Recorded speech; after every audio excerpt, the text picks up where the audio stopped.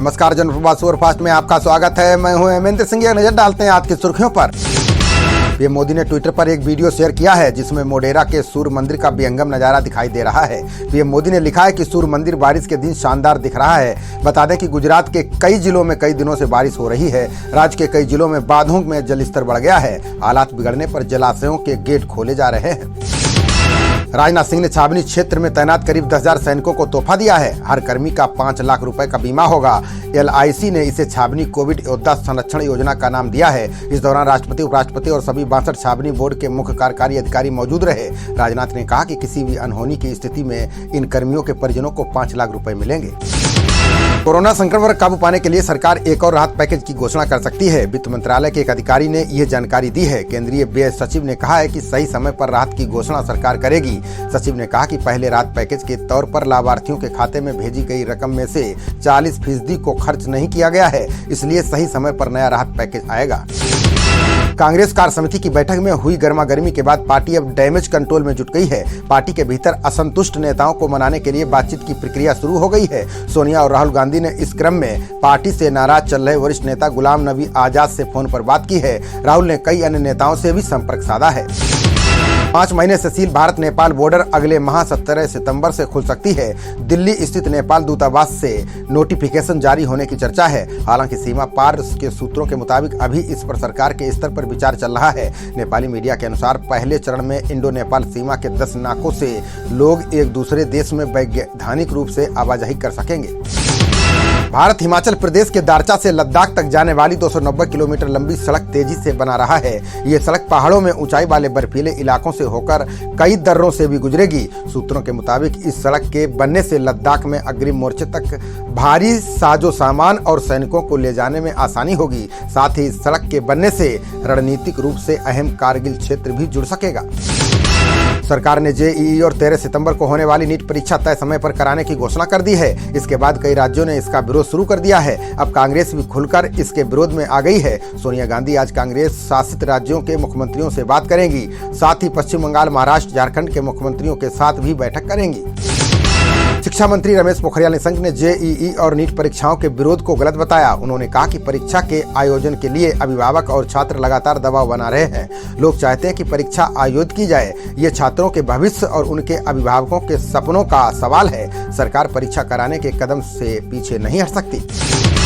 भारतीय मौसम विज्ञान ने अगले 5 दिनों तक पूर्वी उत्तर प्रदेश और मध्य भारत के कुछ हिस्सों में भारी बारिश का पूर्वानुमान जताया है। ओडिशा को लेकर 26 अगस्त और छत्तीसगढ़ के लिए 27 अगस्त का रेड अलर्ट जारी किया गया है। पश्चिम बंगाल, बिहार, झारखंड में 28 अगस्त तक भारी बारिश हो सकती है। छत्तीसगढ़, मध्य प्रदेश और पश्चिम राजस्थान में 26 से 28 अगस्त के बीच भारी वर्षा होने की संभावना है।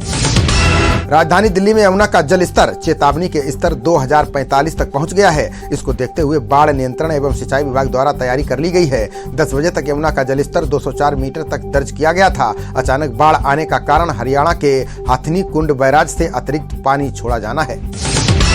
दिल्ली में कोरोना के मामले बढ़ने पर केजरीवाल ने आपात बैठक बुलाई है। इस बैठक में स्वास्थ्य मंत्री सत्येंद्र जैन समेत दिल्ली के मुख्य सचिव भी मौजूद होंगे। इस अहम समीक्षा बैठक में स्वास्थ्य मंत्रालय के सभी आला अधिकारी मौजूद रहेंगे। दिल्ली में मंगलवार को कोरोना के 1544 नए मामले सामने आए थे। भारत में कोरोना के मामले 32 लाख के आंकड़े को पार कर चुके हैं। बुधवार को एक बार फिर कोरोना संक्रमण के मामलों में उछाल देखने को मिला। बुधवार को 67,151 नए मामले सामने आए। लेकिन अच्छी बात यह है कि संक्रमण से स्वस्थ होने वाले लोगों की संख्या 24.5 लाख से ज्यादा हो गई है और जांच में तेजी आई है। भारत में जहां कोरोना के मामले लगातार बढ़ते जा रहे हैं, वहीं दुनिया के कई देशों में इसके संक्रमण में कमी देखी जा रही है। इसमें कई ऐसे देश शामिल हैं जहां जुलाई के महीने में वायरस ने कहर बरपाया था। यूरोपीय देश जैसे इटली, स्पेन और फ्रांस में मामलों में कमी देखने को मिल रही है। वहीं रूस और अमेरिका में भी मामले अब कम हो रहे हैं। सुशांत सिंह मामले में CBI जांच का आज 6वां दिन है। इस मामले में संदीप सिंह की भूमिका संदेह के घेरे में है। उसकी कॉल डिटेल्स से कई संदिग्ध बातें सामने आई हैं। वहीं महाराष्ट्र मानवाधिकार आयोग ने कूपर अस्पताल और मुंबई पुलिस को नोटिस भेजा है। महाराष्ट्र सरकार मानवाधिकार आयोग ने कूपर अस्पताल और मुंबई पुलिस को नोटिस भेजा है। ये नोटिस रिया चक्रवर्ती को कूपर अस्पताल की मोर्चरी में प्रवेश करने और विवरण की तलाश करने की अनुमति देने को लेकर है। सुशांत सिंह राजपूत मामले में एक बहुत बड़ा ट्विस्ट सामने आया है। रिया चक्रवर्ती की व्हाट्सएप व्हाट्सएप चैट से ड्रग की साजिश होने का शक गहरा रहा है। चैट में रिया और ड्रग डीलर गौरव आर्या के बीच बात हुई है। चैट में लिखा गया है कि कॉफी या पानी में 4 बूंद डालो और सुशांत को पिला दो। सुशांत केस में सीबीआई और ईडी के बाद नारकोटिक्स विभाग की एंट्री हो गई है। नारकोटिक्स विभाग रिया के ड्रग कनेक्शन की जांच करेगा। इस मामले में ड्रग्स के एंगल की जांच के लिए नारकोटिक्स एजेंसी की एक टीम दिल्ली से मुंबई जाएगी। वहीं रिया के वकील ने अभिनेत्री के किसी भी तरह के ड्रग कनेक्शन से इनकार किया है। पश्चिम बंगाल में भूकंप के तेज झटके महसूस किए गए हैं। नेशनल सेंटर फॉर सिस्मोलॉजी के अनुसार राज्य के दुर्गापुर में सुबह 8 बजे भूकंप के तेज झटके महसूस किए गए।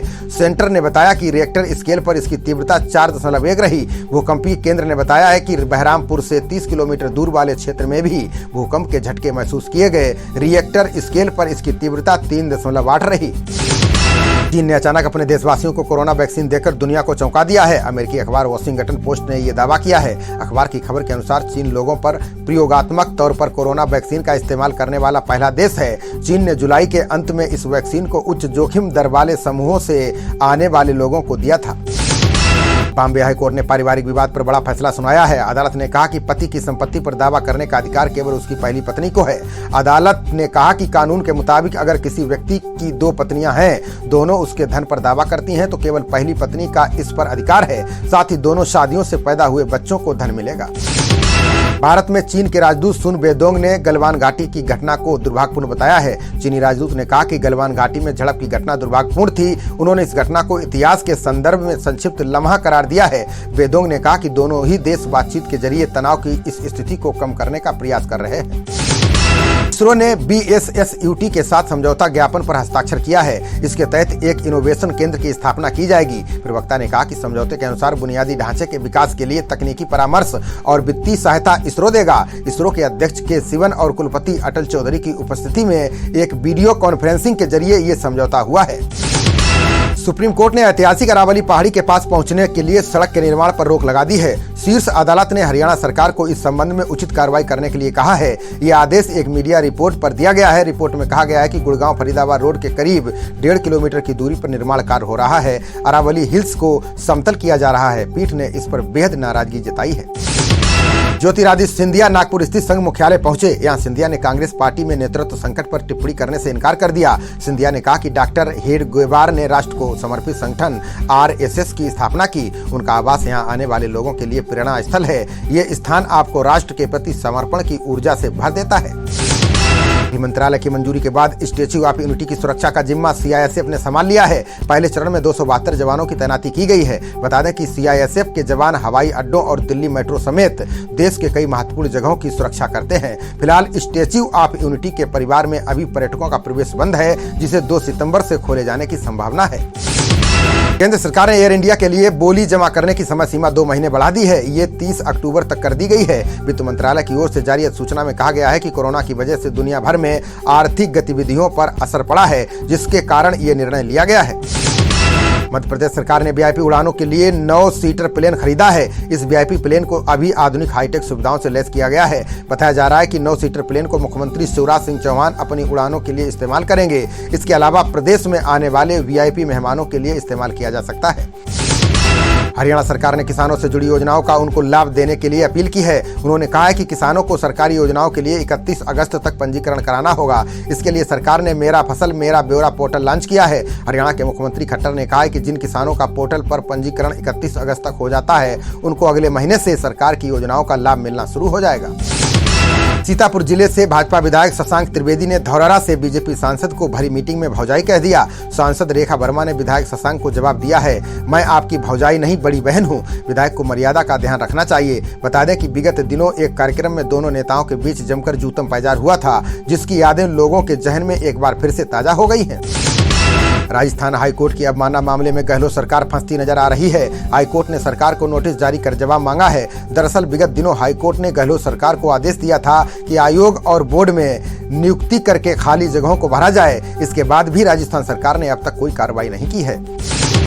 उत्तर प्रदेश सरकार ने टेंडर में गड़बड़ी रोकने के लिए प्रहरी सॉफ्टवेयर लॉन्च किया है। मुख्यमंत्री योगी आदित्यनाथ ने कहा है कि अब यूपी के सभी टेंडर की प्रक्रिया प्रहरी सॉफ्टवेयर से की जाएगी। ये प्रक्रिया पूरी तरह से ऑनलाइन होगी। आपको बता दें कि पहले टेंडर की अधिकांश प्रक्रियाएं ऑफलाइन हुआ करती थीं, जिसमें विभागीय स्तर पर गड़बड़ी होने की पूरी संभावना बनी रहती थी।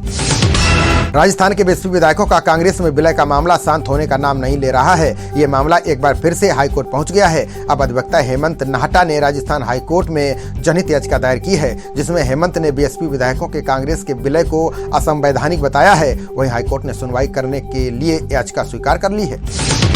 नासा ने अमेरिकी राष्ट्रपति चुनाव और उल्कापिंड को लेकर बड़ा ऐलान किया है। नासा ने कहा है कि चुनाव से एक दिन पहले पृथ्वी से उल्कापिंड टकराएगा।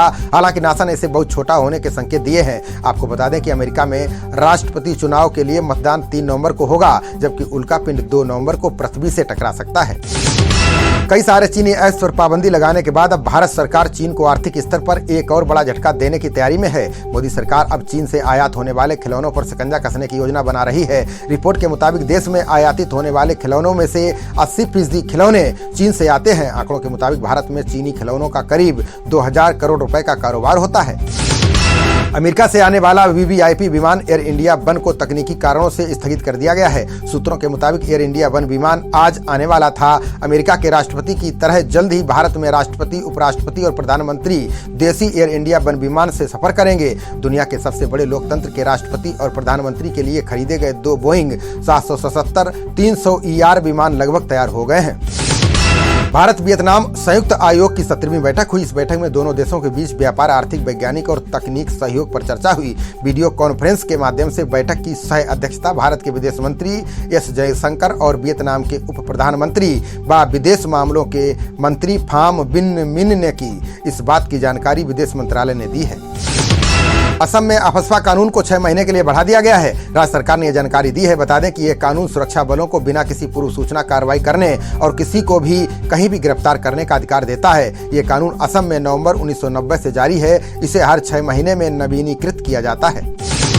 कांग्रेस में चल रहे सियासी संकट पर साक्षी महाराज ने तंज कसा है। उन्होंने कहा कि सोनिया गांधी और उनके बेटे राहुल गांधी कांग्रेस पार्टी को खत्म करने के लिए काफी हैं। कांग्रेस को खत्म करने के लिए भाजपा और संघ की जरूरत नहीं है। उन्होंने कहा कि कांग्रेस अपने कृत्यों के कारण डूब रही है। ये दुर्भाग्यपूर्ण है कि देश में विपक्ष नहीं है। पूर्व केंद्रीय मंत्री आनंद शर्मा ने कांग्रेस चिट्ठी विवाद पर पहली बार चुप्पी तोड़ी है। उन्होंने कहा कि भाजपा का सामना करने के लिए देश को एक मजबूत विपक्ष की जरूरत है। शर्मा ने कहा कि सुझाव देने का मतलब पार्टी से मतभेद नहीं है। सभी साथियों को यह चिट्ठी पढ़नी चाहिए थी, उसके बाद बोलना था। शातिर अपराधियों ने लोगों का पैसा उड़ाने के लिए नया तरीका निकाल लिया है, जिसमें वे बिना OTP नंबर जाने ही आर्थिक अपराध को अंजाम दे रहे हैं। इसके लिए वे लोगों की मदद के बहाने किसी तरह एक ऐप डाउनलोड कराते हैं और उसी के जरिए सारी जानकारी चुराकर धोखाधड़ी को अंजाम देते हैं। साइबर अपराध विभाग ने ऐसे कई मामले दर्ज किए हैं, जिनकी जांच चल रही है। यूपी बोर्ड ने हाई स्कूल और इंटरमीडिएट की परीक्षा में खराब प्रदर्शन करने वाले संस्थानों को चिन्हित किया है। 30% से भी कम रिजल्ट लाने वाले संस्थानों को जिलाधिकारी की ओर से नोटिस जारी किया गया है। इन्हें अगली बार परिणाम सुधारने के लिए अभी से कार्य करने के निर्देश दिए गए हैं। अर्थव्यवस्था को लेकर राहुल गांधी ने फिर केंद्र सरकार को नसीहत दी है। राहुल गांधी ने कहा है कि जिस खतरे में मैं कई महीनों से आगाह कर रहा था, उसे अब RBI ने भी मान लिया है। राहुल गांधी ने कहा कि देश में रोजगार कम हो रहा है। RBI की रिपोर्ट में ये बातें कही गई हैं। लॉकडाउन की वजह से ऑटो इंडस्ट्री की रफ्तार थम सी गई है। अब ऑटो कंपनियां फेस्टिव सीजन का पूरा फायदा उठाना चाहेंगी। माना जा रहा है कि त्योहारों के समय 2 व्हीलर्स के वाहन सस्ते हो सकते हैं। केंद्र सरकार 2 व्हीलर्स पर लगी GST दर को कम करने पर विचार कर रही है। हिमाचल प्रदेश बीजेपी OBC मोर्चा के अध्यक्ष देशराज ने मंत्री सरवीण चौधरी से इस्तीफा मांगा है। उन्होंने कहा कि कांगड़ा जिले में जमीन खरीद का मामला चल रहा है, जिसमें मंत्री ने खुद ही प्रेस वार्ता करके जमीन खरीदने की बात स्वीकार की है। इसलिए हिमाचल सरकार की मंत्री सरवीण चौधरी को नैतिकता के आधार पर इस्तीफा दे देना चाहिए। बिहार में पुलों के अप्रोच मार्ग ढहने और नदियों के बांध टूटने का सिलसिला थमने का नाम नहीं ले रहा है। अब बेगूसराय की बलान नदी का बांध टूट गया है। इलाकों के दर्जन गांव में नदी का पानी घुसने लगा है। इससे पूर्व 1000 लोगों के सामने जिंदगी बचाने का संकट खड़ा हो गया है। वहीं बेगूसराय जिले में कई दिनों से लगातार तेज बारिश हो रही है, जिसके चलते यहां बाढ़ की स्थिति पहले से ही बनी हुई है। सुप्रीम कोर्ट ने 5 लोगों के साथ मुहर्रम जुलूस निकालने की मांग वाली याचिका पर सुनवाई की। सुप्रीम कोर्ट ने कहा कि देश के सभी राज्यों की सरकारों को पक्षकार बनाया जाए, जिससे मुहर्रम जुलूस पर एक साथ फैसला सुनाया जा सके। बता दें कि वकील बासी हैदर की याचिका पर सुप्रीम कोर्ट ने सुनवाई कर रहा है।